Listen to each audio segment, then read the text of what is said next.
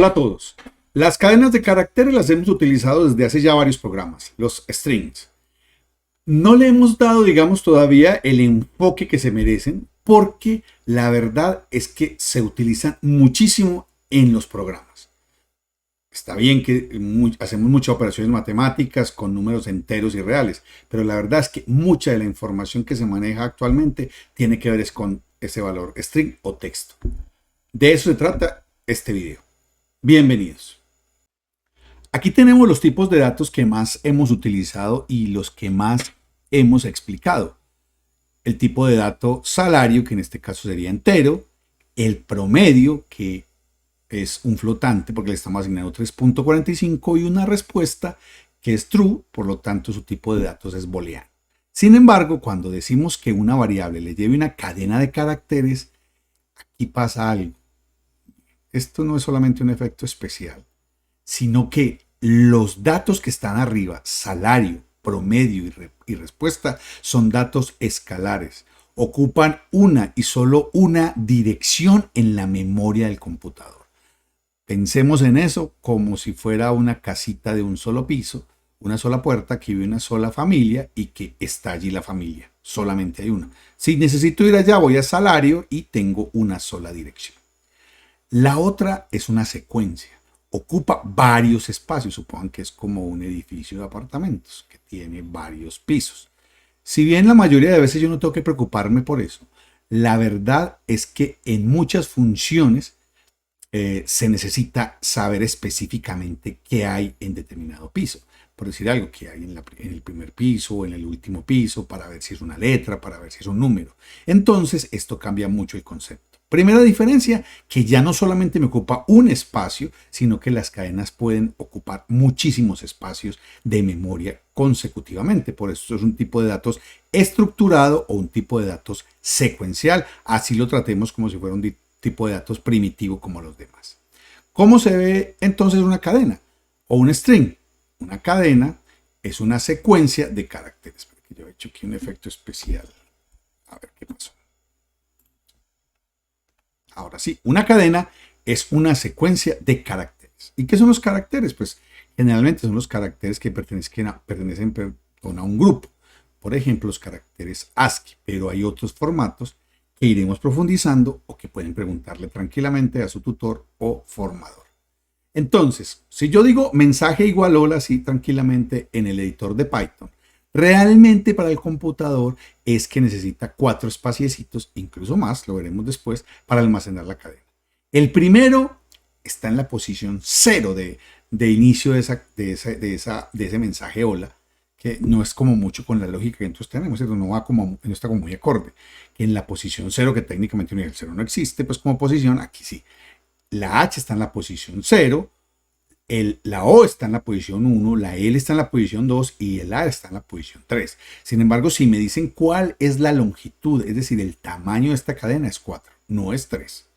Es decir, también que si el primer elemento de la cadena está en la posición 0 y la cadena tiene longitud n, ¿el último en cuál estará? Pregunta.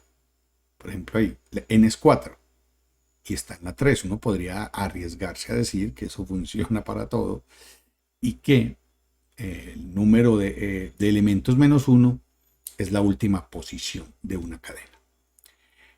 Hay muchas funciones. Aquí vamos a ver algunas, sobre todo en un sitio que ya lo vamos a ver en la práctica, que es la W3 School. Y aquí, por ejemplo, hay alguna que convierte el primer carácter de la cadena mayúscula, ¿sí ven? El primer carácter, o sea, el que está en la posición 0.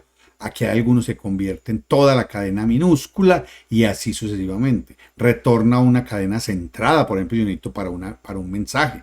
Cuenta el número de veces que un carácter está en una cadena. En fin, hay una gran cantidad de funciones que son las que vamos a hacer con nuestra aún NN programadora porque no le han dado el nombre. No he recibido información de los tutores o formadores de que ya hayamos bautizado aquí a nuestra programadora estrella. Igual vamos entonces nosotros a practicar y a ver algunas de esas funciones que aparecen en el W3 School.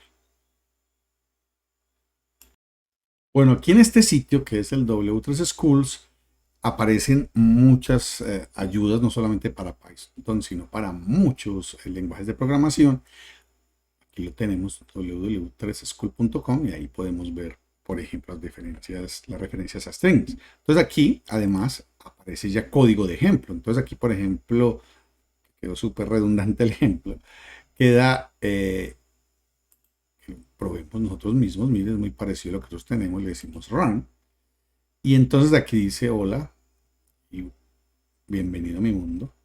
Y miren que aquí está con minúscula y aquí convirtió esta a mayúscula. Entonces ya la pudimos probar.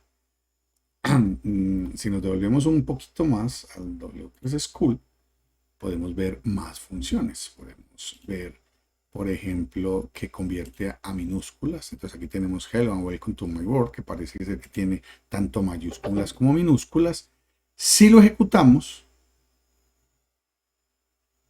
bueno, está un poquito lento. Aquí vemos que las convirtió todas a minúsculas, ¿sí?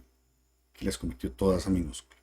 Y así vamos a ir encontrando muchas funciones dentro de lo que está aquí. Por ejemplo, aquí me dice si es decimal, si es un dígito, si es un identificador, si es numérico. Estos son si es un título, son muy útiles para validación porque me ayudan a comprobar, por ejemplo, si algo es decimal o no. O sea, si tiene una cadena de caracteres con decimales. Miremoslo, aquí está.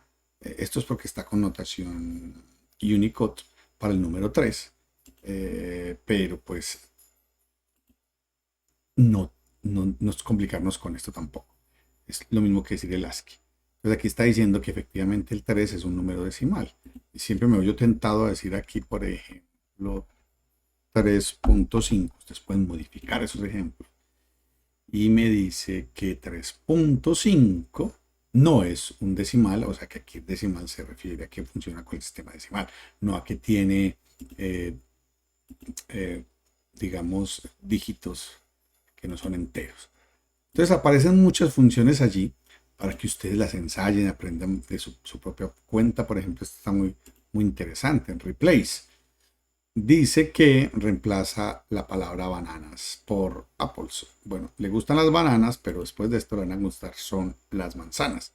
Entonces, mire lo que está haciendo esto. Dice que reemplaza bananas por apples. Y en TXT tenemos bananas. Entonces, ejecutamos.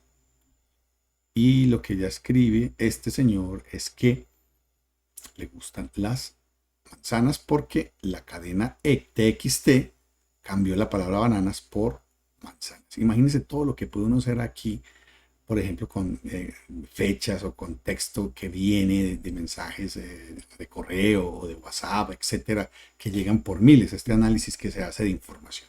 Entonces los invito a que junto con su tutor le den una miradita con más detalle a todas estas funciones. Díganle, profe, démosle una miradita más detallada a esas funciones para que aprendan y después, cuando la necesiten en un contexto, sepan dónde se encuentran y sepan que las pueden utilizar. Bueno, hemos llegado al final de este video.